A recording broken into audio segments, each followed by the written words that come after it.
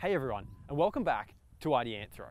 Now I've been fascinated by something recently, and that thing is, how can we set up appropriate stormwater policy, appropriate stormwater organisational structures to incentivise the stormwater management and the water sensitive urban design outcomes that we want on our sites. And I've been exploring this in a few ways. I've been exploring it by researching different types of stormwater objectives and what they incentivise and disincentivise. There's some discussion of that in episode 79, where Ben and I sat down and talked about the opportunities for choice experiments to inform broader objectives for water sensitive urban design.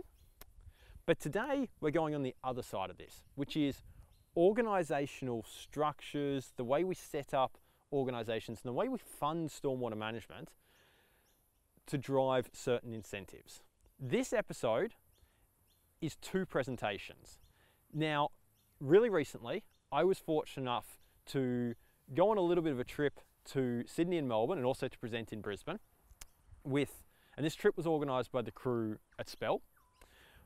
But I was fortunate enough to go on this trip and present alongside Andy Reese. Now, Andy Reese is a super experienced stormwater guy from the US, and he has lots of experience setting up what he would term to be stormwater utilities. Now, we just need to define the term utility before we go any further. Stormwater utility could be a separate entity the way you might think of a water and sewer utility, but it could just be a department within, say, a local government. But the key thing for utility here is it talks about the way that stormwater management is funded. So a utility charges a user fee. There's a few other terms we could use there, but I'll use a user fee to fund stormwater management. And I'd been thinking around this idea of a user fee that I was terming a levy, but I'm now terming a user fee. Thanks, Andy. I'd been thinking around this concept of a user fee and how, if we had that, it could incentivize appropriate on-lot urban design practices from homeowners. Andy and I got to tour around. I got to present alongside Andy. He was the keynote. He was the important one, but I got to tour around alongside him while he shared his knowledge from the US with respect to these stormwater entities, because he's been involved in setting up a bunch of them. So this episode is the Brisbane tour, the Brisbane event. Event is the right word, the Brisbane event that we went to. This episode is Andy's presentation at that event, followed by mine. I hope you find it really useful. He has some really interesting thoughts about how we can fund the management, capital and operational here, the management of stormwater in all its aspects. So stormwater quantity and all the flooding stuff, but stormwater quality and the environmental impacts as well.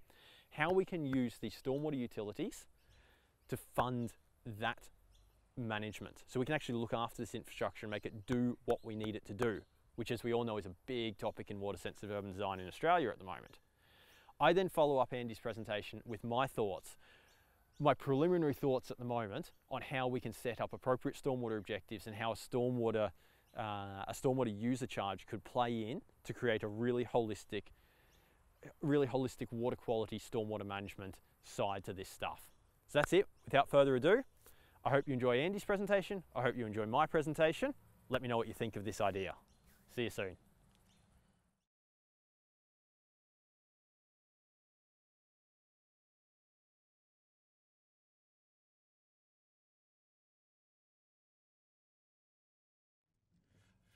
So I'm with a firm called Amick Foster Wheeler, and yes, we are Aussies. We're in all these cities. I don't know everything that we do in those various offices, but architectural and multifunctional engineering kind of design, I know we do a lot of that. So I'm out of Nashville, Yeehaw, Tennessee, and great to go out and hear good country music down by the park last night and sit around and meet those folks. And I say, oh, you're a Yank, where are you from? Nashville. Oh, and then the music guys always go, are you a, and I go, no, I'm on tour, engineering tour. Interesting to talk about the situation here. So I've done a lot of reading, and I have been doing, got sucked into stormwater in 1973, before some of you were born, I was reminded yesterday. But I have a couple of takeaways. You have the same sort of problems that we have. I mean, it's water is water, and water scarcity is water scarcity. Parts of our country have water scarcity issues. California in particular, it was hammered, and then the Santa Anas dumped more rain and water than they imagined. Now the reservoirs are full, and now we're thinking about other things and watering our lawns again. It's like, oh, wake up. The other thing is that you have a much more detailed, U.S. we tend to shoot from the hip a little bit more and then apologize for our mistakes later, November 10th, say. But,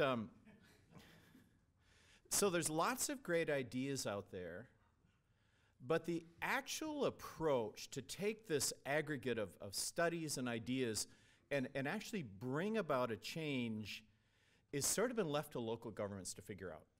There's lots of hand-waving. You guys have more studies and more papers and more stuff about change, but how do we bring about actual change? And that's kind of where we were back in the 70s. How do we take this stuff and create a sustainable stormwater program? How do we shift gears from stormwater as sort of the redheaded stepchild at the water family reunion? You have, you know, water, which is the doctor from Harvard, and you have sewer, which is the lawyer from Yale, and then you have stormwater, who's the kid who dropped out of college, hitchhiked across Europe, went and studied with Nepalese monks, and now lives with the parents in the basement. You know, I mean, that's sort of been stormwater. It's always this sort of afterthought sort of a thing.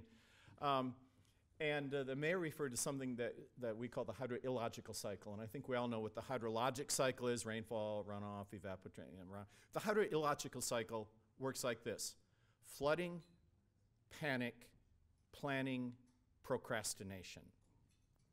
And so we go round and round that cycle, because once we get done with planning and we look at the price tag and we look at the fact that it's not raining today, every stormwater system in Brisbane's working great. Every single one of them is flawless. And so if a water main broke today, it would be fixed within a couple of hours. But we don't have any idea how many of our stormwater mains are out there broken right now, just waiting for a storm to test them and to be found wanting, and something collapses or something floods. We don't know that, and so it's hard to make that point.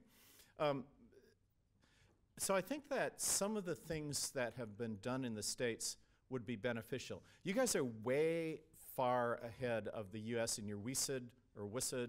We don't call it that, but seems funny to call something SUDS. That's supposed to be clean water. But anyway, so we call it green infrastructure, low impact design, and it's still sort of a Wild West kind of a thing in many parts of the state. So some cities are way down the road and they've been doing it. Some states have. Then EPA gets sued by the home builders and they back off, and then a new administrator, and then so we don't have the coordinated plan that you have to try to field this thing as sort of the new paradigm for stormwater management. But I do want to talk about some of the experiences. So what I thought I would do is touch very briefly on a few cities that I've worked in, and I want to talk about two things. I want to talk about the two things that together radically change the ability of local governments within the United States to cause their stormwater programs to come to maturity, to stop being the kid in the basement without a job, and to, you know, get a job, get married, buy a house, and have kids. You know, that is sort of did that for stormwater. And so I want to talk to you about how stormwater grew up. And so let me give a couple of examples. So the first one is Cleveland. So Cleveland had the river that caught fire. I don't know if you remember. And so what do you put it out with? You know, water? I mean, no, that's not going to work. And it also had 58 cities mutually flooding each other, mutually, you know, the statue to the stormwater manager in this area would be this. You know, it's like, not my job, not my responsibility. And so in this particular case, the Northeast Ohio Regional Sewer District decided to take on stormwater and manage the trunk system for stormwater. And so we went through a very detailed process of what are the significant issues, how do we solve those issues, what are the drivers for those issues, why do they keep reoccurring, how are we fair to all of the cities. It took about a year and a half, but now it's set up, no rivers catch fire. Lake Erie is being cleaned up rapidly, and it has one of the finest green infrastructure programs probably in the country.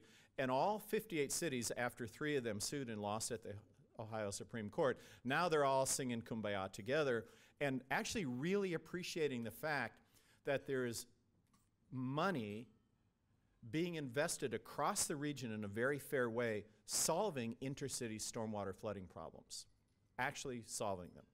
So it turned out really well. Charlotte had 10,000 drainage complaints and no way to solve any of them. These were legitimate drainage complaints. And so, again, we said, okay, why do we have all these complaints? Where do they come from? What are the causes?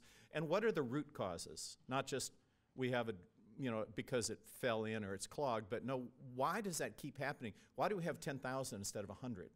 And in Charlotte, we ended up setting up a very detailed business plan, which then eventuated in a funding program. The business plan was sold to city council, who were all business people, and the mayor sold it to the public as a business plan for stormwater infrastructure. And the public went, huh. So it wasn't so I'm geeky, okay? I teach hydrology at Vanderbilt, did modeling and stuff. But it wasn't a geeky plan. It was a plan that citizens could go, oh, okay, I get that. This is a smart plan. And then we backed it up with funding. Charlotte solved 10,000 drainage complaints in 2.5 years. It worked so well, the mayor told me personally, he said, I never thought stormwater would make me a hero. I never thought I would say that. It always has made me a goat. And so the problems were resolved. Mecklenburg County, which we have counties and cities, so cities are nestled within counties. Mecklenburg County set one up. They shook hands, they agreed, and then all of the local governments, the city and the county together went to them and said, you can add a surcharge onto our fee if you want to. We'll bill it for you, and we'll give you all the money. And the city said, what's not to like about that? This is free money, and you take the hit for the fee. And so all of the cities signed up. Some of them handed their program lock, stock, and barrel to the county. Some handed part of it and kept part of it. Today, this is one of the most successful stormwater programs in the country. This was set up in '92. They have almost no flooding problems. And now the money is being spent for greenways, walking trails, daylighting of streams that were put under pipes. They have beautiful parks now. And it's all stormwater. It's all stormwater related. Denver area, multiple cities not talking to each other, explosive growth, little coordination. In this case, the state created a separate organization called the Denver Urban Drainage and Flood Control District. It was created by special legislation. It actually has taxing authority, and its job is to pick up the drainage. I don't know how many hectares this is, but probably 127.3 hectares, 300 acres of drainage, and downstream, Denver Urban Drainage owns all that, coordinates all that. It supervises all development. It does regional controls. It does flood control across the whole area. All of the large streams are theirs, and then it handshakes at that boundary with all the small governments. Works wonderfully. Started out with a very detailed plan, and then funding followed that. Last example I want to give is Nashville. This was a streets department that suddenly, it was a small town streets department that got faced with a city that became 1 million people in a very short period of time. But it was a bunch of streets guys who finally, faced with water quality and planning and green infrastructure, threw up their hands and said, we have no idea what to do. So we came in and went through a very detailed public process, and eventually we moved stormwater over with water and sewer. And we created a water resource organization because stormwater looks and smells more like water and sewer than it does like police and schools and fire and everything else you pay for with taxes. We created a user fee, and today, Nashville's, I hope it's today because, wait, what day is it? Tomorrow for us, no, today for us, but tomorrow for them, council's going to hear an increase in the fee because they've done so well solving problems. They can literally go from complaint to construction in 2 days if they need to. So yeah, you go, see, I see eyes going, what? How do they do that? There's just a very quick contracting design process, and bam, stuff gets fixed right away. So it's pretty amazing. We actually ran their program for a number of years and designed and built 8,000 projects across the city. Very quick, all paid for by a stormwater user fee. So in each of these examples, a multi-layered program analysis led to a business plan that eventually led to financing, that led to a successful program. We followed this thought process. This is called the Harvard Change Model. Very simple. If it's hard, none of us could figure it out. Your ability to bring about permanent, permanent change, sort of ground shift change, is dependent on this equation, D times V times P. D is your ability to clear and compellingly describe the problems you're trying to solve in ways that people can accept and understand and go, yeah, I resonate with that, that you're talking my language. V is how clearly and compellingly you can make a vision for the outcomes and outputs for the future. And P is how good of a plan do you have that people go, that plan will work. If you have a great description of the problem in numerous reports, which you have, and a pretty good description of what different ways of treating stormwater looks like, you've got a 10 and a 10. But if your P, your actual practical plan to get there, is a 0, 10 times 10 times 0 is 0. And we're back in the hydrological cycle.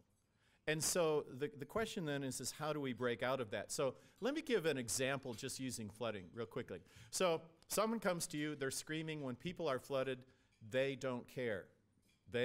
I was the stormwater engineer for Nashville for one day because he resigned, and they asked me if I'd step in. Honestly, that's the hardest job on earth when there's a flood because it was in the middle of a flood. So why is there flooding? If we ask some questions, so this is either a tombstone or a head wall, right? Maybe it's a tombstone for the maintenance crew. This is, well, you know what this is. That used to be a culvert. Not anymore. Water went past it. Little hint on the sign there, Fairview Restaurant. Why did this flood? Right on the banks of the gurgling river till you got a big flood. So if you ask the question, and this is something called the 5 whys. We use this all the time to get to the bottom and to structure solutions. Because when you read a lot of reports, there are solutions hanging out there in air, and each one sounds good, but how do I fit them together into a plan? This process will do that. So why do we have flooding problems? There's always 5 ways, 5 reasons why we have flooding. And it's always some combination of those 5 things. The system's not working, it's clogged or damaged. Buildings are in the wrong place. The system was sized wrong to begin with, or the system was sized right and upstream flooding has increased, upstream discharge has increased. Or we just had a big storm. If NOAA floats by, we will all be in a floodplain. Okay, so we're a little different than probably the largest flow your wastewater system will ever experience is just after the running of the Melbourne Cup, right? When everybody goes and then they come back, right? And so that will happen, next week. So we ask one more why question. Why are systems clogged and damaged? Well, duh. We don't know their condition, or we don't maintain them if we do know their condition. Buildings are located wrong because we don't keep them out. We don't have the right regulatory authorities to keep them out. Poor design. We don't assess the impact downstream. We don't do streets this way. We do transportation studies when we do new development, but we don't do downstream stormwater studies. We just keep building. More rainfall, well, there's lots of reasons for that, but one could be climate change. You ask the next why question. Why don't we do these things? We always get down to 3 things.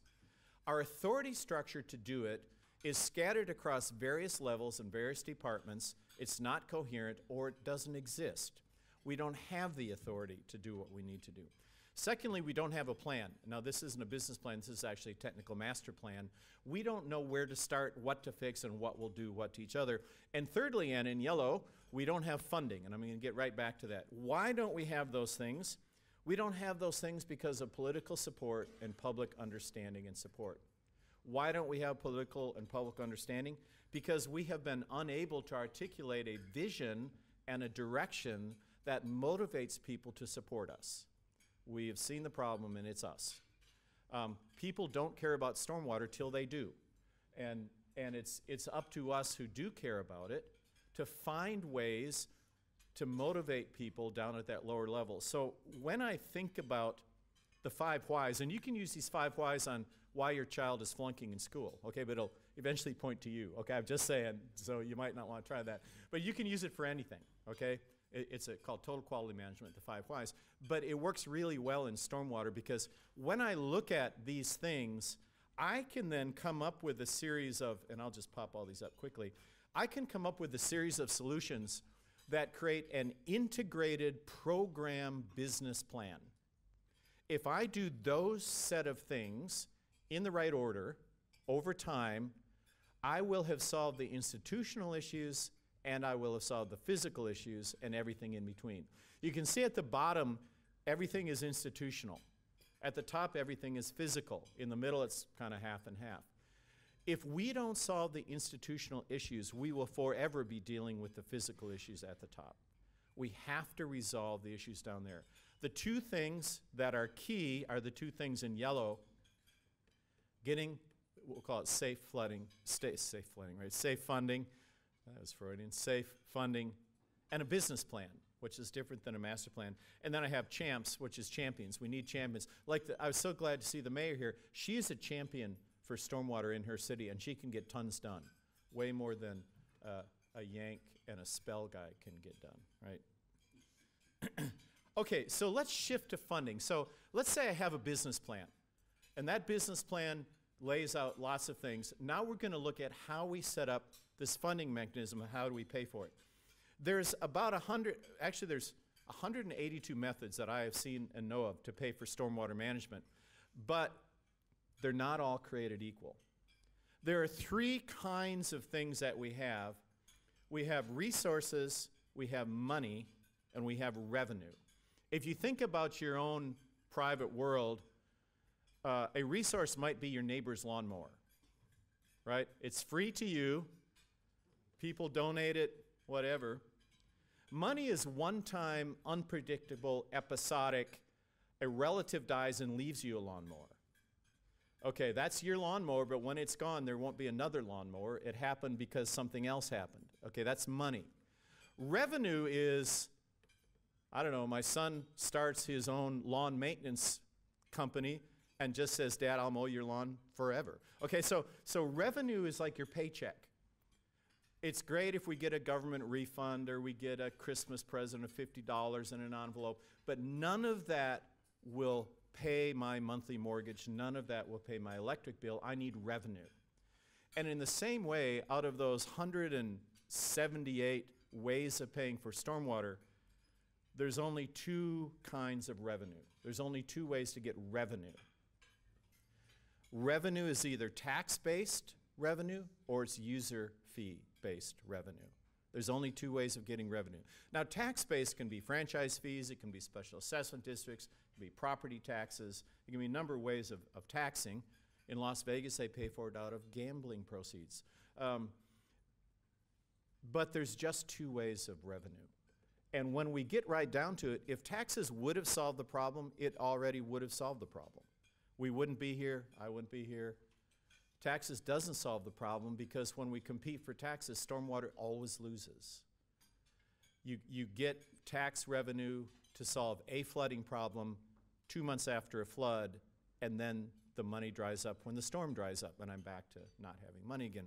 So years ago, back in '74, somebody in the US said, we need to think of stormwater like we think of water and wastewater.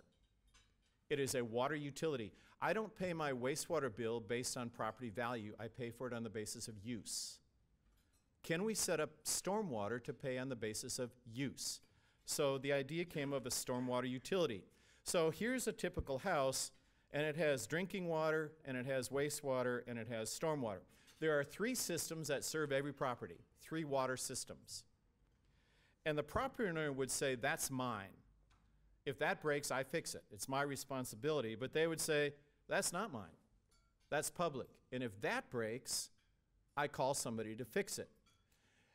If that wastewater main at the top broke and somebody called, you would never hear the customer service person say, sorry, it's not on the right-of-way, I can't fix it. Why? Because that's not the way they think about it. They think about, I have a system. It's a public system. It's my system. Every part of that system is mine, and I capitalize it, and I maintain it, and I plan it, and I operate it, and I operate the whole system. It's my system. But in stormwater, we think parcel-based, not system-based. typically at this point in time. But customers don't. Citizens don't. If they're flooded, it kind of doesn't matter what your policies are. It matters if you can help them. That's really all that matters. So what is a stormwater utility? It's a mix of funding methods, but the primary one is user fee. First of all, it's just a way to get money. That's all it is. We used to get money, not very much, from taxes. Now we get adequate funding from a user fee, a stormwater user fee. There's 2,100 of these in the US right now. Probably 50 in development even as we speak. I'm working on 7 different ones right now. But if you're charging somebody a line item on a bill for something they thought they got for free, you better do a better job, right? Don't start a user fee and send all the tax money away and offer the same bad service we had before. So you better do a better job. So when somebody calls, the stormwater utility will take care of that. Oh yeah, the utility came, the utility plan. Okay, it's got a logo. It's real. It's not just vaporware. This is a real thing. And finally, it can be, but doesn't have to be, in organizational entities. In small towns, it tends to be a person who's in the public works department or whatever you call it. But in large communities, it might be a whole stormwater organization that's established. But what we're not doing is creating a bureaucracy. What we're creating is funding to solve problems in the community. That's what we're doing. Funding and an organizational program. Why is a stormwater user fee better? This is the argument you make, okay? This is where it comes up with SAFE. The advantages of a stormwater user fee form of funding, this is like look into the Men in Black, no new taxes, never Trump, okay, just keep. SAFE, stable, adequate, flexible, equitable. We have a big fight in our house because I have 2 very redneck sons, so it's a fun. When I say stable, this is how stormwater funding works under tax-based funding. You're always in the trough. You can never get above the dotted line except on occasion, but you can never plan. You can't do a 10-year capital plan because you need storms to fund a 10-year capital plan, right? And if storms are the reason for funding, it's not very predictable. But a stormwater user fee is stable, and not only is it stable, but every time a new development occurs, your revenue goes up. Why? Because they're generating revenue. So it grows right along with community growth. You set it right at the first time, and you're off to the races. If you're growing fast, it grows fast. So it's stable. You can use this money to do a 10-year plan. You can tell Aunt Minerva when you're going to fix her drainage problem. You can get matching funds from various, well, in the U.S., the first utility we set up in the state of Georgia, they had $1.2 million in revenue. It's a small town, 27,000. $1.2 million in revenue, but every year for the first 5 years, they use that revenue to get matching funds to the tune of $800,000 a year every single year. Then about 17 other communities in Georgia set up user fees to get that money, and it dwindled a bit. But how much is the typical fee per month in Australian dollars? Now, this is actually in US dollars, 2013, but you can see the range. So I'm not talking about charging, and let's talk about per month, because we think in those terms. So the averages in 2013 is 420, it's probably 475 now, something like that. So that's like a latte with an extra shot. You know, it's not, it'd be like a good beer, you know. So it's not like it's not breaking the bank kinds of money. And this is for a typical residence. You can see that it ranges. Detroit is the highest. I'm working up in Detroit. Boy, is that an interesting place to work. Housing stock for 2.4 million, population of 650,000. It is like a dystopian future. You know, it's like Blade Runner or something up there. Some days it feels like interesting place to live, or not live, but work. But you can see that there's a range of fees, and every community is different. Okay, I'm gonna do a test. Now, let's assume that we did a really good job communicating to people that all this money would go to solve compelling problems that we know. Think about your community, not you personally, but your community, and I'm gonna pop up some numbers per month that the typical residential charge will be. When I get to the number where you go, that's about as high as I think our community would ever go, or people I know would go, raise your hand. And let's just see where we'll be, okay? Everybody got it? Okay, so here we go. I'll start. Now, if you think, heck no, I don't think any is enough. Pretend you're not that person, okay? Just be a person who at least some amount is okay. Okay, so we got $2. That's as high as we go and no higher a month per typical household. Okay, you can be the cheap person. I mean, that's all right. You can raise it. Okay, I should. Okay, I know. I was going to point to you. Okay, $4. 4 and no higher. Okay. 6 and no higher. Okay. Yeah, so maybe 20%, 25% of the room. 8 and no higher. Okay, now we're probably up to 70% of the room. $10 a month, no higher. Okay, so now we've got almost everybody. 12 and above. A couple of yes, okay, very good. Okay, so our average in here is probably $7, somewhere in there, $6 or $7. Here's a really cool thing. This is how much stormwater programs cost. I changed it to hectares, by the way. Dollars per developed hectare per year. This is based on about 100 communities in the U.S. translated over here. And so if you want a moderate stormwater program, which is like a low mileage Range Rover with leather seats, and the tires aren't that great. Okay, so it's not a fancy program, but it can go the distance kind of a program. You'd be in the moderate.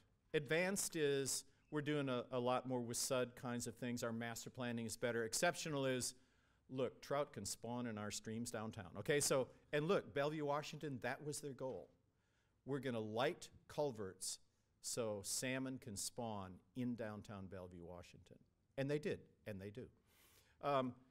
Here's the cool thing about this idea. For every $1 per month that you charge residences and equal charges, and I'll show you how that works in a minute, for non-residential, that is bigger charges depending on how big they are, you can generate between $60 and $100 per hectare per year for every $1.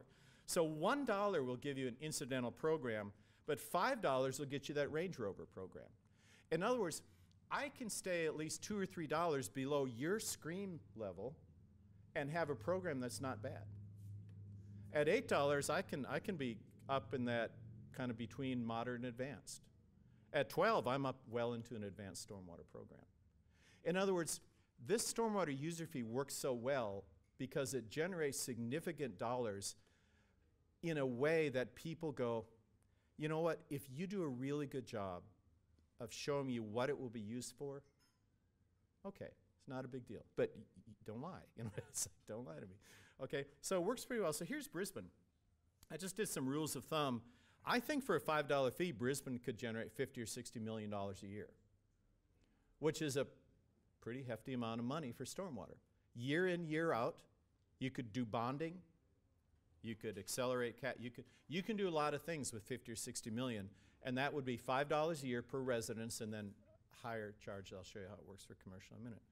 So, not bad. So F, flexible. You can use a stormwater fee for anything that looks and remotely smells like stormwater, including triple bottom line benefits, parks, greenway trails, street sweeping, tanks, doing incentives for people to, you can share the cost of a rainwater harvesting system in commercial or residential properties. You can say, we'll pay half, you pay half. A lot of communities in the states do that now, using their stormwater user fee money. You can incentivize good behavior. You can give credits for people who design facilities that solve flooding problems downstream. You can give them a healthy credit against their fee. So now I have carrots, not just sticks, for the stormwater program. I can take into account any kinds of costs, and then I can do other fees. For example, developer, what do we call them? Infrastructure development fees.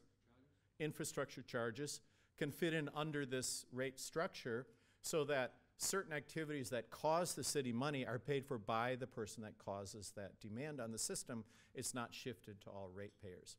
Remember, they're ratepayers, not taxpayers. This isn't a rain tax. It's a user fee, okay? If you think of it like a water bill or a sewer bill, you're there. How does it work? Let's say that a typical residence is 200 square meters of impervious area, rooftop, sidewalk, driveway. We'll call that an equivalent residential unit, and that is our billing unit. Why? Because people resonate with that. It's like, wait a minute, so the man who's got a house twice as big as me and a tennis court is paying twice what I'm paying? I like this. You know, I like it. The man is paying, you know. I like that. And so it's kind of got that feel to it where how many ERUs does your property have? How many times bigger than the normal homeowner is your property in terms of impervious area? Impervious area is the typical choice to measure use of the stormwater system. Why is that? Because, okay, geek hat. Because when you look at modeling of all different kinds, whether it's water quality modeling, flood modeling, water volume modeling, continuous simulation, impervious area, and particularly directly connected impervious, is the best indicator of how much water runs off. That is how much you use the system downstream, how much impact you have. And so 86% of all stormwater utilities use impervious area or some measure of impervious, or impervious plus gross, right? If I have a big forest, should I pay anything? And that's all I have? Some people say no, because the forest isn't the problem. It's when I develop the forest that's the problem. Some people say yes, because water does run off a forest too and gets into the street system. The owner of the forest says, look, you all invaded my space, man. You should pay me because, you know, your trash is blowing into my forest. So there's lots of arguments there, but typically impervious area is the way that it goes. So how's the fee calculated? If I'm 40 times as big as that one house, I pay 40 times as much. So if they pay $5, I pay $90. Right? Is that right? 5 times 40? Yeah, 90. Okay. So I pay 9. See, it's still not a killer for a business. It's not like 5,000 for a business that size. It's $90. Plus, they get a credit. If they have detention, if they have WSUD, if they have other things, if they have a rain barrel or a rain tank, we give them generous credits. Why? Because they're trying to incentivize that.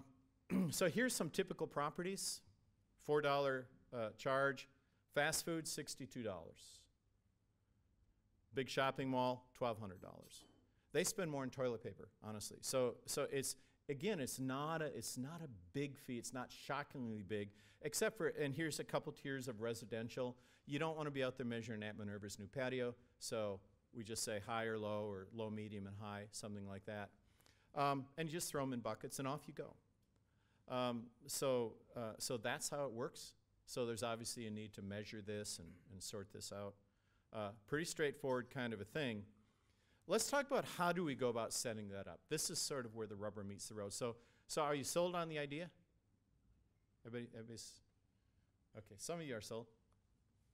Some of you are voting for Trump, though. I have to stop with the Trump jokes. How do you go about setting one of these things up? First of all, you have to know why you're doing it. You have to make a compelling, logical case. When we were talking with the mayor, she said, this is all great, and I love the idea, but boy, you got to convince people we're doing something real. And I said, bingo. You put your finger right on the thing. It has to be compelling and logical. There are lots of drivers for action, but are they compelling? Right? If you see a bomb technician running, you're not going to ask a lot of questions, you're going to run, right? You know, if you see kids running, you're wondering what they stole, right? So we have to ask, is this compelling, and how do we come up with compelling cases? Well, people are left brain and their right brain. In South Denver, when we set up this utility across all of South Denver, we literally had the secret weapon, the articulate flooded mother, with a video. And she stood before city council with her video of her patio furniture being washed away and her kids screaming in the background. And the mayor said, this will never happen again in our community. And we're doing like high fives under the table and asking ourselves, how can we change your name and like bring her to every community, you know, that we do? I mean, can we, you know, maybe a video. But see, that did it. That sold people. But some people are like, yeah, that's fine, you know, it's kids, you know, but wait, what's our backlog? Where is this backlog? Now, what's generating this backlog? You know, so that's us, right? So we have left brain and right brain, and so we need to make a logical and an emotional pitch. Here's a typical logic for our brains, okay? We have real, growing, and unresolved problems. And you can give all the data you want, pictures, horror stories, and people go, okay, I'm convinced. We can resolve them, and we have a good plan. What's your plan? Okay, so we have D and V, right, in DVP, okay? Harvard Change Model. We can resolve them, we have a good plan. Government must lead. Individual citizens cannot solve flooding problems. They can clear their gutter. That's about it. We have to take lead. Local government probably has to lead. It can get some support, but honestly, there will be benefits. It will be worth it. We can quantify and qualify the benefits. It will cost more than we're spending now. Just be right up front honest. It'll cost more than we're spending now. Among the options to generate revenue, a user fee is by far the best option. I got this far one time in a place in South Carolina where they don't normally cuss in public, and the mayor goes, "Damn it," right in a public meeting, and I was like, "What?" And he goes, "You got me." He said, "I agree with every point you made, I just don't want to do this."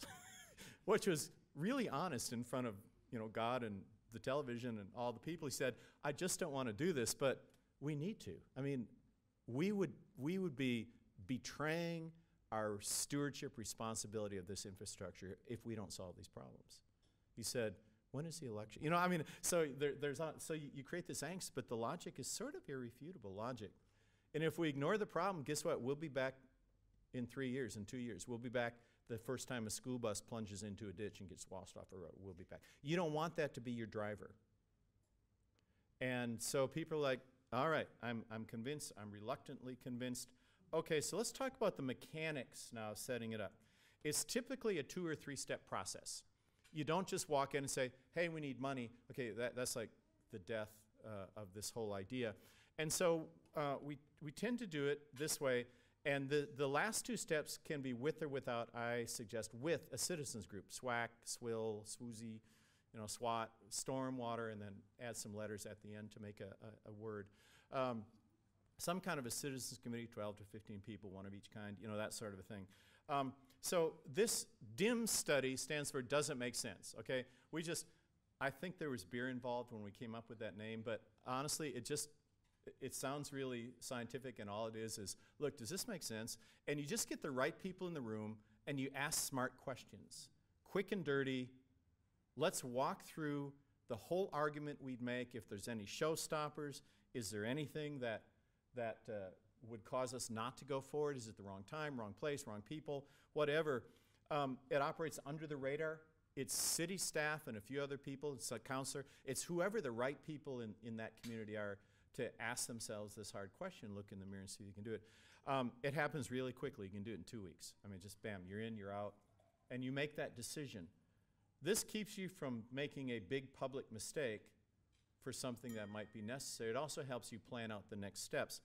The feasibility study takes a group of citizens. You typically go to the counselors and you say, "Oh, exalted ones, we have significant growing and unresolved drainage problems. We can't solve," right?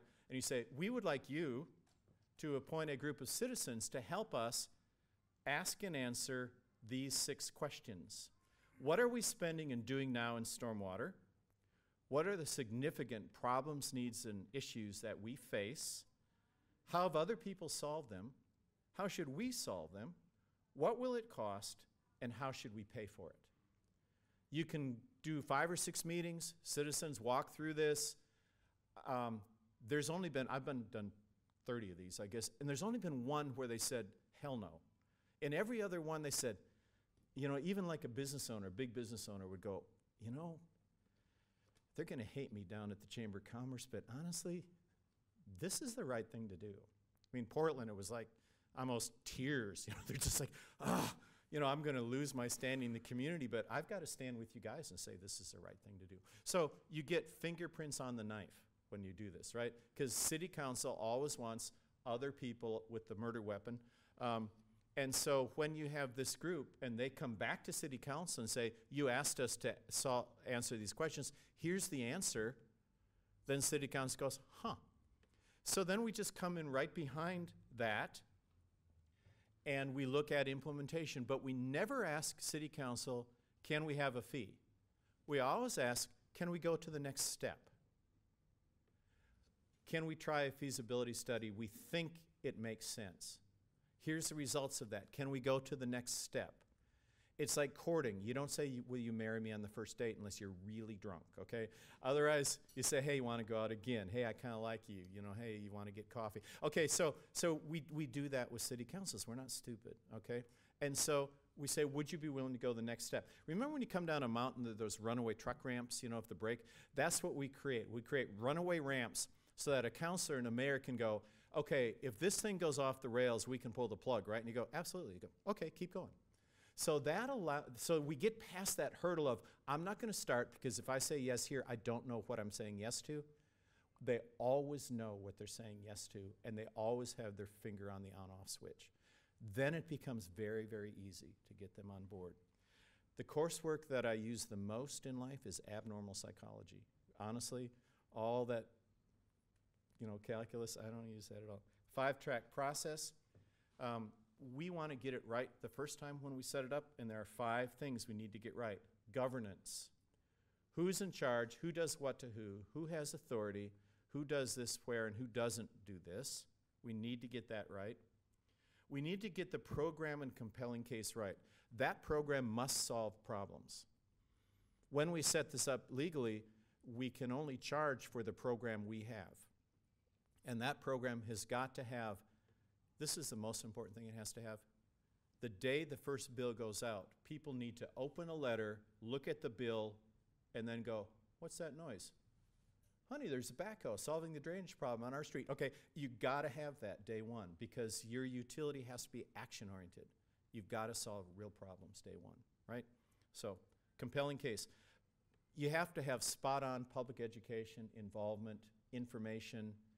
Somebody is gonna say the words rain tax, and that will make it in the papers. They will find the poorest family and the business that's almost bankrupt, and they will feature them and what this will do to them. And we have to have the right answers, the right information. And honestly, in the 11th hour, we make a lot of sausage. We just say, well, would this work for you? Okay, let's think about if we could do that. We just do a lot of that, right? The financial policies have got to be spot on. We have to offer credits. We have to have a rate structure that works.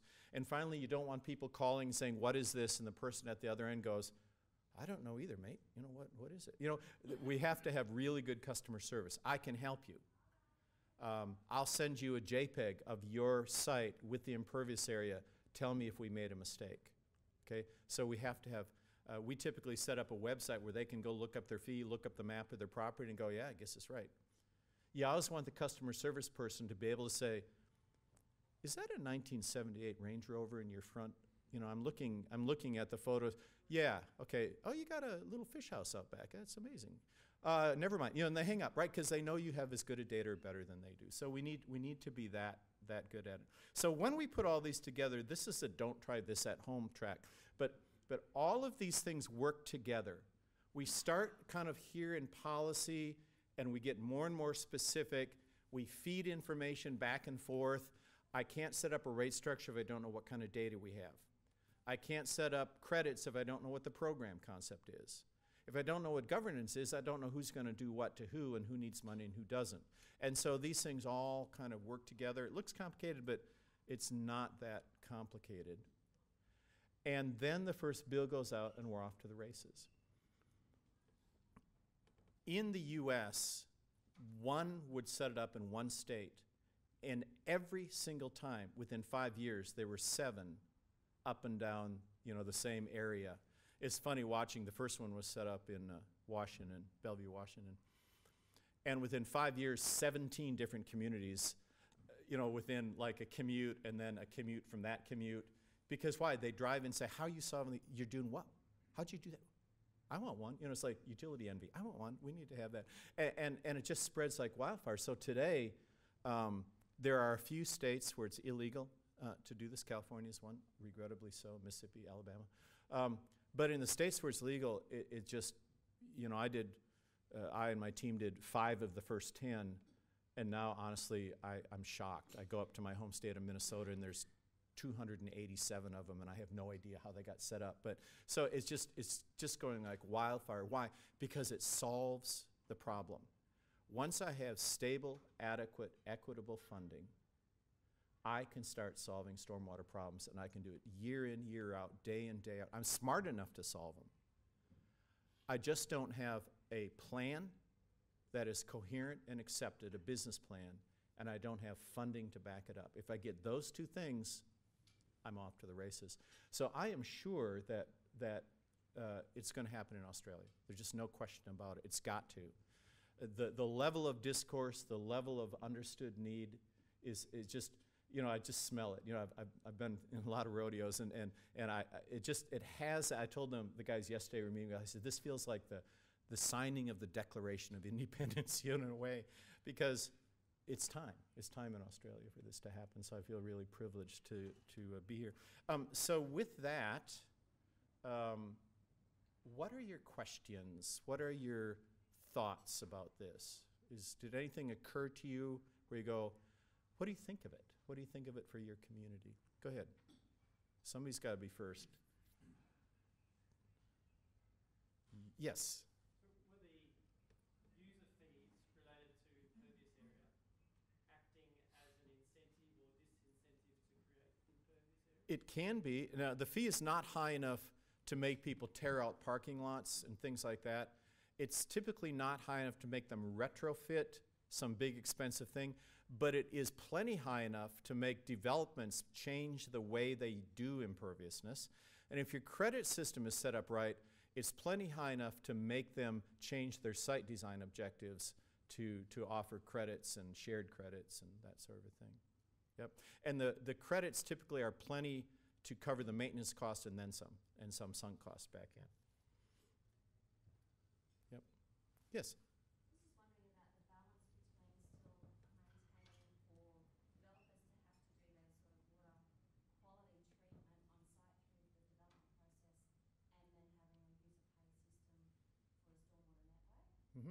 Yeah, so this is not the sediment control development process. All of this is post-development, long-term stuff. So the developer process would be handled with fees and inspection fees and that sort of thing. This is the long-term, once we've stabilized the site. Right, great question. Anything else? Yeah. I've got a right-brain question. Wait. With all of the, Okay.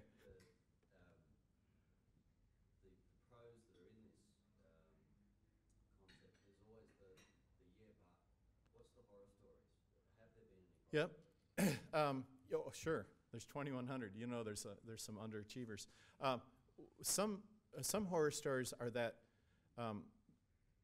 they didn't follow some of the issues here. So, for example, they didn't make a compelling case. Their compelling case was, we're out of money.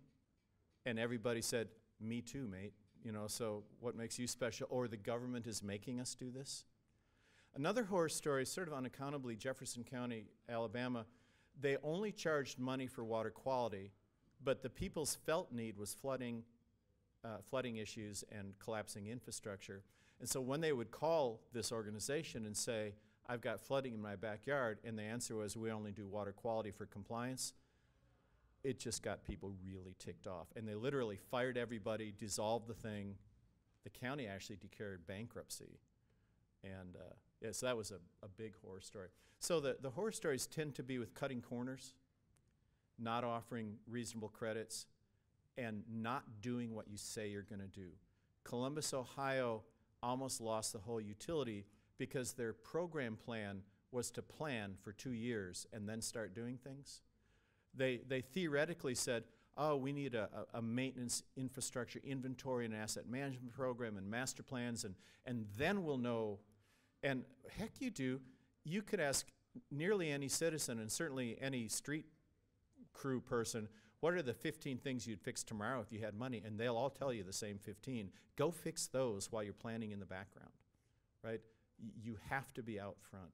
So those would be some of the horror stories. Some of them are, we don't deal with the media well, and so then they publish a rain tax thing. And if you go look up stormwater utilities or just Google rain tax, you'll see groups of people with, you know, axe the tax signs.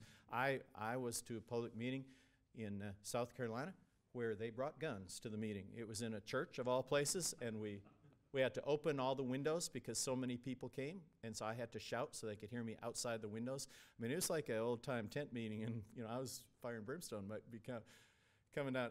But it ended up fine. When we talked about exactly what this money would be for, and that it would be extraordinarily efficient, and that you weren't paying for this. No one was paying for this now. This was a service we've neglected. People kind of went, okay, I get it, but I need a big credit, it's that sort of thing. Developers like this because they don't pay the fee, right? So developers like, ha-cha, I get better service and no whammies. This is good for me. There was another question. Yes?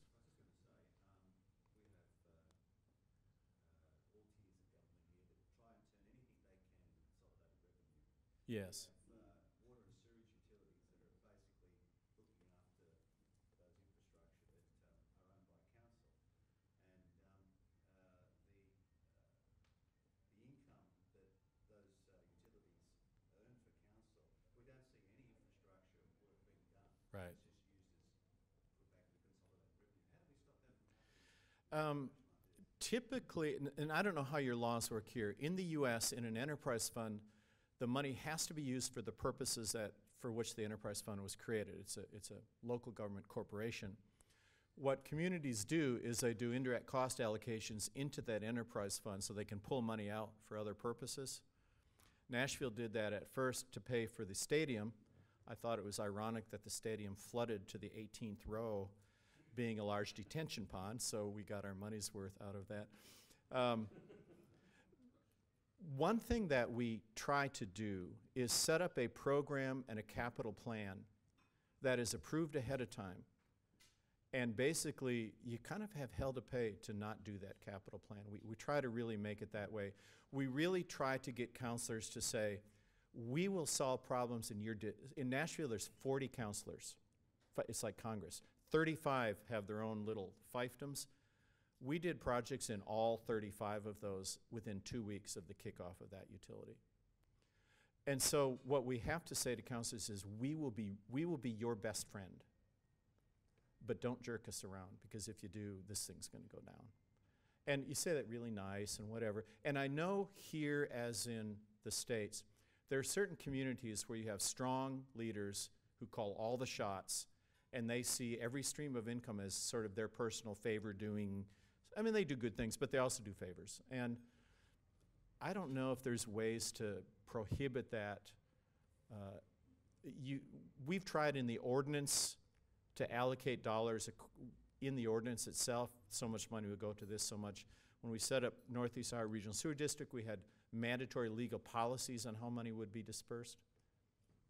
Sometimes a regional agency can solve that services a number of local governments.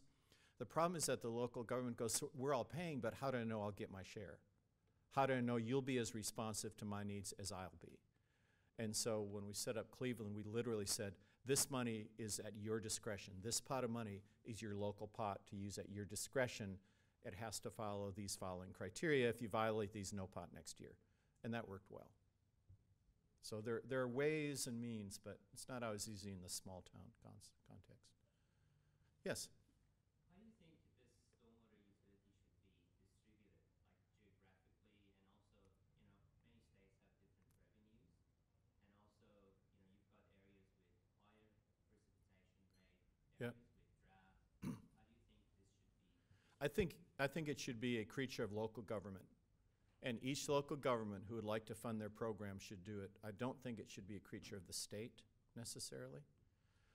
It may be several local governments together, and they themselves decide what the money should go for and how much they should spend. So you're in an arid area, and they're like, look, we're all about water conservation here. We're going to spend a lot of money in that. You're down in a flooded area that's got decaying infrastructure, and they're saying, water conservation is great. Our first issue is to resolve our infrastructure issues. So everybody makes their own decision about it. So it's not what I like about it is, at least in the States, it's not been a top-down where you have a large, multi-city organization that's collecting money and inefficiently distributing it. No, this is a creature of local government. Yeah, any other questions? Yes, sir. Have you observed the role Uh-huh. expensive, there's contaminated land, there's services, and lots of complications. So I get the impression a lot of local governments want to see someone else do it first, have a working demonstration site before they're willing to invest. Yes, so we were talking to the mayor this morning, but typically in the States, often what's happened is some other organization will fund a small community to try a stormwater utility. Chicopee, Massachusetts. They got funded by US EPA.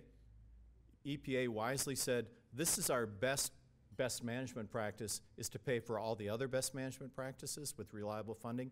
This is our best, stormwater quality treatment, which is to solve the problem, the institutional problem. So they paid for Chicopee, Mass's utility to be set up lock, stock, and barrel. In Florida, they gave grants to any community want to set one up. They'd give them a grant to help, pay half the cost of it, because they knew problems would be solved once it's set up. Oftentimes, a wastewater utility will do an interfund loan to set it up to the enterprise fund, the stormwater enterprise fund, who then pays it back to the wastewater utility later, so you can get past this, where does the money come from at the beginning, sort of a thing. We're hoping that there will be seed money in all the various parts of Australia to try some of these out, different places. That's our hope.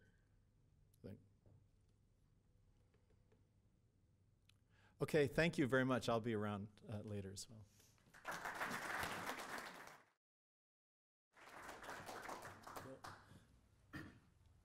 Hey everyone, thanks Andy. I was sending an email yesterday telling someone about our meeting. It got really confusing with two of you, and the person I was sending an email to was also an Andy, and it just got out of control. But who has had the experience of, when you've got ideas forming up about something. This could be professional, this could be like in your personal life, in your hobbies or whatever. And you've got ideas forming up about something that might, that interests you or might work. And you start telling people about it. And for a while, no one really seems all that interested in it. They're like, oh, that's nice, Jack. That's fine, but I'd prefer to be off playing soccer or whatever. And then suddenly at some point, you keep telling people about it, and suddenly everyone seems to show an interest and start to be like, oh yeah, I was thinking about whatever. I've had that moment over the past 4 to 5 weeks with respect to something that I was previously terming as a stormwater levy. I have changed that terminology since yesterday to call it a user charge. But I've been having some little ideas form up in my head that weren't quite working, and then over the past few weeks, I've talked to a few people in a few different places, and people have gone, oh yeah, that's starting to make sense. So I feel that we're onto something here.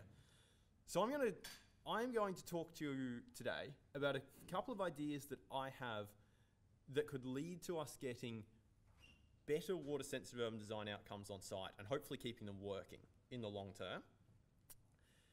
And one of those ideas involves the use of a stormwater user charge. But I have come at this from a slightly different angle. For once in my life, I didn't come at this from an asset management maintenance point of view.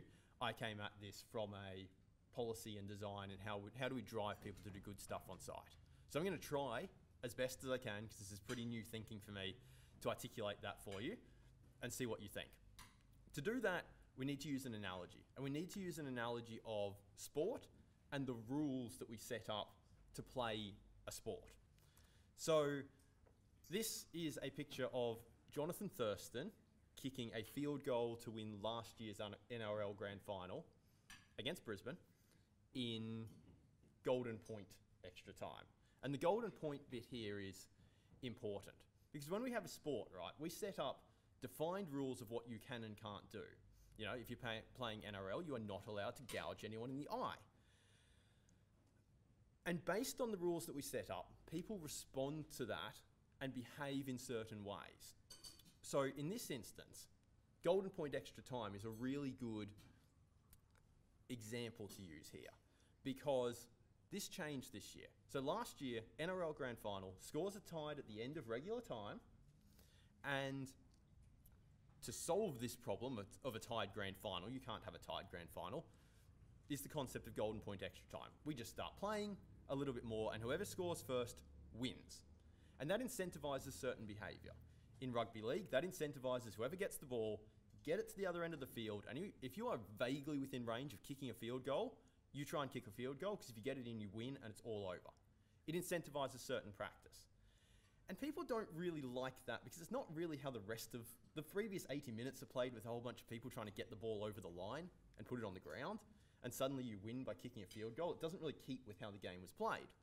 So this year in the finals, the NRL changes the rules to make it that if it's tied at the end of normal time, you just play an extra 20-minute period, and whoever's ahead at the end of that 20-minute period wins the game. And if it's still tied, then we'll go to extra time, because it incentivizes in that extra time period to actually play the game more like they want it to be played, right? So you can see how the rules that we've set up incentivize the behavior that goes on. Previously, we're incentivizing people to kick a field goal. Now, in the NRL, in extra time, it's incentivizing people to try and get the ball over the line. If you're not a sports person, well, I should go on a minute, but the important thing to take away from this, that we bring around into stormwater for a minute, is that when things weren't quite working the way the NRL wanted it to in this extra time, they don't throw the baby out with the bathwater and go, you know what, we're sick of this rugby league thing, we're all going to go play basketball. No, they go, we're going to tweak the rules just enough to get the outcomes that we desire. And so there's an analogy here with stormwater policy, because our rules in stormwater policy are things like, say for water quality, like the state planning policy and our design objectives. They are the rules that we play to that then deliver us the outcomes on the ground. The reason that people go and buy Spell products and put them on sites is because there are stormwater objectives that say you must treat your stormwater. It flows on from there, that in some instances that seems like the logical approach. In some instances bioretention systems are logical, in some instances wetlands are logical. But it's the rules that we set up that drive that outcome.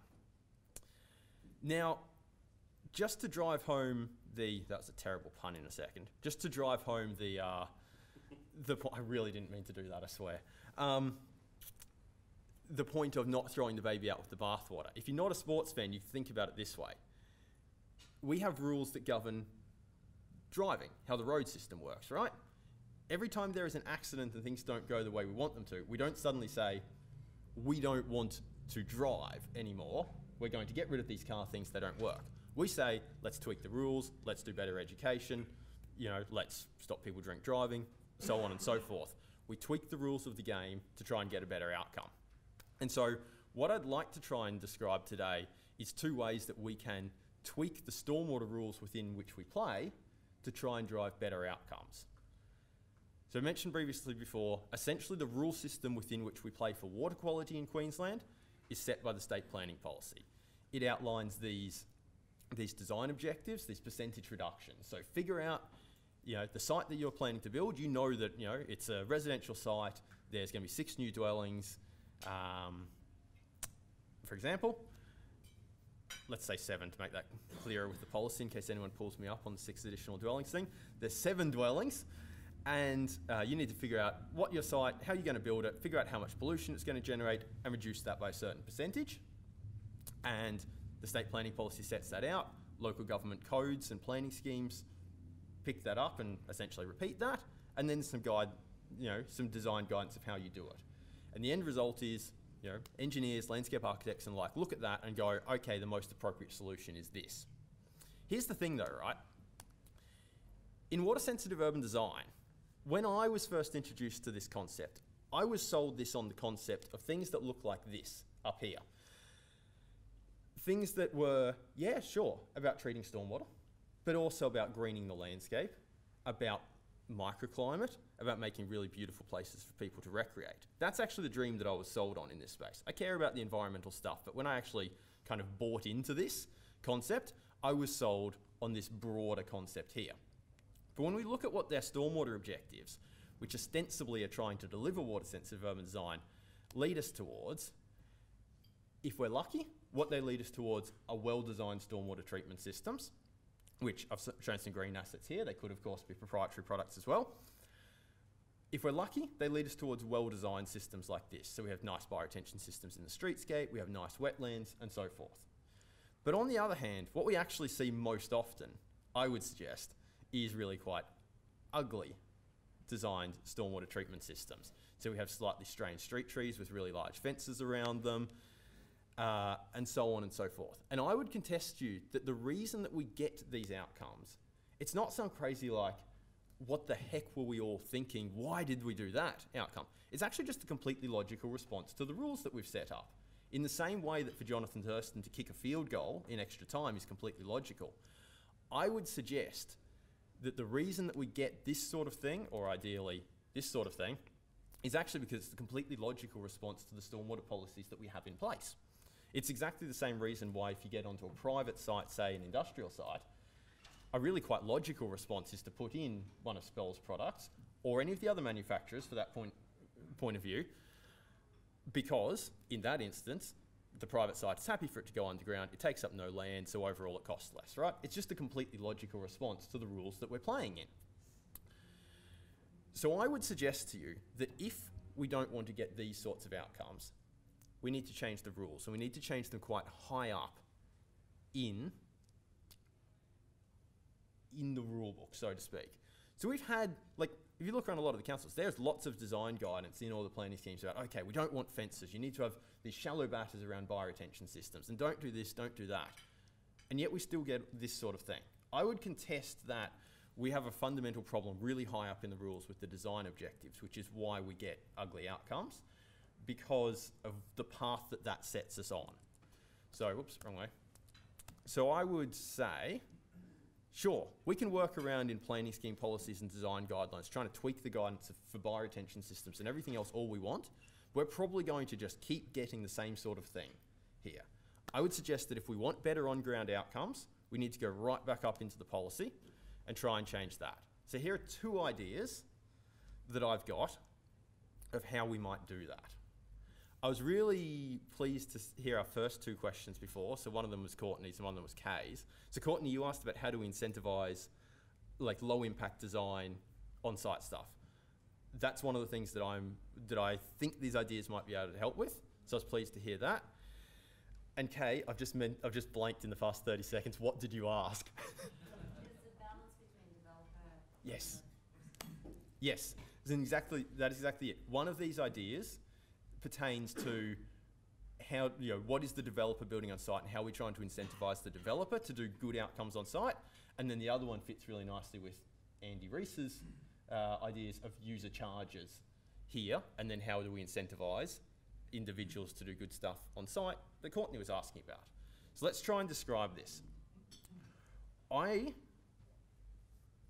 would like to introduce you to a concept of how I think the current design objectives, our percentage reductions, incentivise weird practice. If we look at what we really want from water sensitive urban design or low impact design in the States, ideally what I think we would like to see happen is we're going to do a new development. We want to have as little impact as we can in the first place. And then if we need to, we put a stormwater treatment system on it later to pick up the residuals of it. Right? Does that seem sensible to people?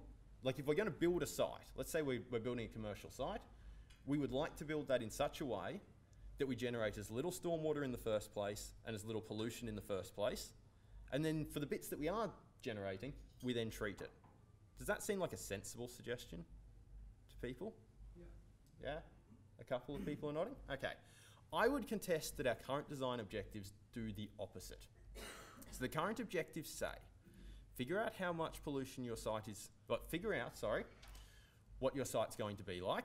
So 7 new dwellings. Then figure out how much pollution that's going to generate. And then, in the case of sediment, as we're showing here, reduce that by 80%. So reduce it from a hypothetical 100 units of sediment down to a hypothetical 20 units of sediment. The problem here is that with our compliance tool for this being music modelling, it's actually easier to get that percentage reduction the dirtier your site is. The more pollution you have coming off that site, i.e. the more impervious area you have, the smaller the bioretention system you will need to put on your site. So there is an incentive in the current objectives to create pollution and then to treat it. But of course, if the theoretical site that you'd like to build was generating 100 units of pollution and then you were reducing it to 20, but it's actually easier if you produce 120 and then reduce it to, 24? Is that right? Obviously, you've ended up with more pollution at the end than you otherwise would. It's going in the wrong direction. What we actually want to see is us just getting to a bottom amount of pollution that we consider acceptable. So we can consider at the moment, let's say that you're really proactive and you are building these 7 lots, but you've decided that you want to do low impact design. So perhaps you are going to, instead of completely filling up the blocks with a single story house, you're going to build a 2-story house. Let's just say, just bear with me. So there's less impervious area on the block, there's more green space on the block, and you're going to negotiate with council to make the road a metre narrower, right? So the verge is, a metre wider, half a metre on either side, there's a bit more green space. Conceptually speaking, that is better from a stormwater pollution point of view, right? We are generating less stormwater runoff because we have less impervious area and therefore less pollution. The problem there is that you might come along in option B up here, you might come along and model that new site in music, and your site before you do any treatment has only got 92 units of pollution coming off it, and you still have to reduce that by 80%, which takes you down to 18 units, and that requires a bigger bioretention system. So there is this perverse disincentive. I would prefer to see a type of objective here. For example, this is only one option, right? But I'm trying to demonstrate here that if we were to change the way we express our objectives, so instead of being percent reductions, for example, we could express them differently and incentivize different outcomes. So for example here, recognizing that in option A there, ultimately, we are getting to 20. 20 is actually what we care about here, right? In this hypothetical example, we could, instead of expressing this as an 80% reduction, just say 20 is the target. That's actually what we care about. Is that like a total maximum daily load, sort of, in the US? Yeah. Just say 20 is the target, get there however you want. Because then in option C, right, someone does the low impact design, goes from 100 to 92, let's say, and then they can just keep going down to 20. It is a better outcome and incentivizes correct practice if we just specify the end point. This isn't the only way that we can do it. There are tons of different ways to express objectives. Andy, you were telling me in the US about using mean annual runoff essentially as an objective. So just specifying essentially how much of the water needs to get captured and run through a certain treatment system in the knowledge that that delivers certain outcomes, right? That would be another way of expressing it. I haven't thought about exactly what that would incentivize, but you could express objectives in that way. And there are many more different ways you can express the objectives that incentivize different practice. So that's the first option, the take home I want to leave with you, is that if we are unhappy with the outcomes that we get on site, we could change how we express the objectives and drive different practices. Option number 2 here then starts to speak to the concept of a stormwater levy. So we could have a situation I could see in the future. I'm going to talk about this from a water quality only point of view, but yesterday Andy convinced me that this should be done from a whole of stormwater point of view if you're setting up a user charge. But I could see a situation where, say we've just reformatted our objectives to like a total maximum daily load, like in option C before, and so we now know what everyone needs to do on site. One of the problems with the current objectives is they only apply to new development, right? So 98% of the people in the city do nothing and pay nothing, which is really inequitable, right? Because we're loading up the new homeowners who, in many instances, are first homeowners, young people, etc. We're loading up them with all the bill at the moment of treating stormwater in our cities. It's not exactly fair. We could have a situation where we go, okay, new development needs to meet those reformatted objectives that derive better on-ground practice. And at the same time, there is a user charge that pays for, we've decided what our end goal, what we think everyone, if we were all to contribute to this, to water quality improvements for our local creeks or rivers or Moreton Bay, we've decided, you know what, ultimately we need everyone to do a little bit of treatment. We can set up a stormwater charge, for example, that says, okay, the city will collect this money and we will use that to create water quality improvements throughout the city. But equally, as I think you're alluding to, Courtney, we could then offer rebates on that would encourage people to do simple things on site. And if you design the objectives and the user charge at the same time, you can set them so essentially they're at an equitable level here, so that what we're driving new development to do on site is equivalent to what we essentially want people to do on their individual properties. And we can have this really nice equitable system. So for the new developer who comes along and has to do stuff on their site, well, anyone who moves in there doesn't pay the user charge when they come in because the developer's done it for them. Anyone who's in an existing suburb pays the user charge because the city will then go and build infrastructure appropriate to meet their water quality needs somewhere in the city. But if they want to do it on their own site because they simply want to disconnect their downpipes, or they want to build a really simple rain garden, or they have a rainwater tank and want to put that in because they want to water their garden anyway, they can get a rebate and stop paying part of the charge anyhow. So we can come towards this really neat system where we start to incentivise good practice for both new development and on the lot. Of course, it depends what we set the charge at, right, as to how much that incentivises on-lot practice and so forth. But it's the foundation of setting this, essentially, a user pays principle. If you want to use the stormwater network and generate stormwater pollution, you pay for it, but you have the opportunity to not pay for it by doing sensible things on site. And that is the concept that I want to leave you with today. There is naturally a lot of work to make that sort of system happen, but I like to view it this way. That's, go back 15 years, we essentially didn't have stormwater objectives. Go back about 10 years ago in southeast Queensland, the current design objectives came out, and they were our first best attempt to have stormwater objectives to drive practice. And they very successfully did that. They started driving practice on the lot, so we've started treating stormwater. And that is positive. But we've learnt from that, there's some things that work, there's some things that don't. I believe it's now our responsibility to go, okay, how do we change this policy to make our next best estimate, next best guess at how we drive even better practice in our cities? And we implement that, and I think these ideas might be the solution to that. We implement those and give them a go. They will not be perfect, they will require work to get them right, but then in another 5 years or 10 years or whatever the appropriate time frame is, we'll have learnt again and we'll refine them again. And that's the process of continual improvement. And I'm sure that's a process that's happening with these stormwater utilities in the States, right? I'm sure people are learning from what others have done and worked and didn't work.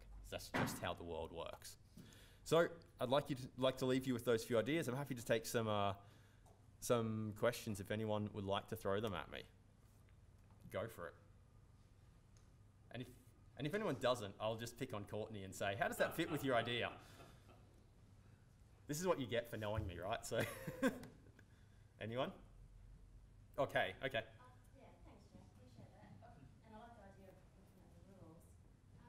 Just an interesting question in regards to offsets. Yes. So when you say a developer sort of met those requirements, so people within that new estate may not need to pay the levy. Yep. If the developer's opted for an offset, Yep. so there's nothing that's being delivered within that new Yep. development, how do you see that playing out for those residents? Okay, so this, in the interests of mainly the fact that this is an emerging thought in my head, I simplified off in this presentation some of my thinking on this because I actually don't think I can do a great job of explaining it. But broadly speaking, I would say if the developer has paid to do it elsewhere and it has been done, then I would say those people don't need to pay the levy because they have essentially paid through the price of their of buying their property because the developer paid. I would say one thing though, this user charge idea probably has a few components to it. Part of it is the cost for capital to put this stuff up in the first place, and part of it is potentially for maintenance. So maybe in these situations, maybe for a developer so it depends where the ultimate maintenance responsibility lies. If that offset project has then come across to council or the utility, then maybe the residents don't pay the capital component of that levy, but they do pay the ongoing maintenance component. Yeah, it gets fuzzy, but I will say that since I've been thinking about this, I'm getting more comfortable with the idea of offsets as part of a bigger framework. So, yeah. Yeah, with your first bit about meeting the objective rather than meeting the decrease, So, wouldn't the argument be that the music program is flawed in the way it calculates how much fire retention area you need? In what respect? Well, the more road area you have in a development site, the smaller the fire retention. When in reality, shouldn't it be a bigger fire retention because you've got more pollutants coming out of the area? So this comes back to the way music calculates the way the treatment systems remove pollution. Now, I probably won't do a perfect job of explaining this, but broadly speaking, they use a decay equation. So it's like, if those are your axes, it broadly takes a curve like this.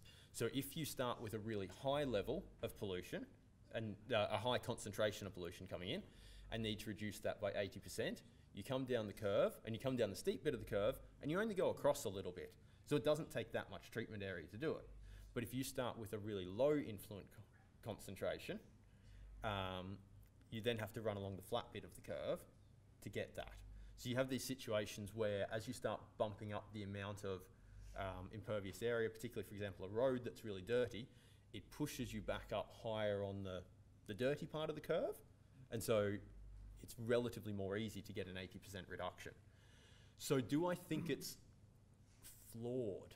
It might well be a really accurate representation of how treatment systems work. So in that respect, no, but in the respect of maybe driving the practice that we want, yes. I don't have a straightforward answer. It's awkward. Cool. Anyone else? No? Yeah, okay, go Courtney. So if there are user charges available, Mm-hmm. what do you think the appetite is within, say, councils or other organisations to take that money and provide that service in South East Queensland? In your conversations or experience, have you detected an appetite or seen? So are you asking, do you think anyone would be interested in setting up a utility?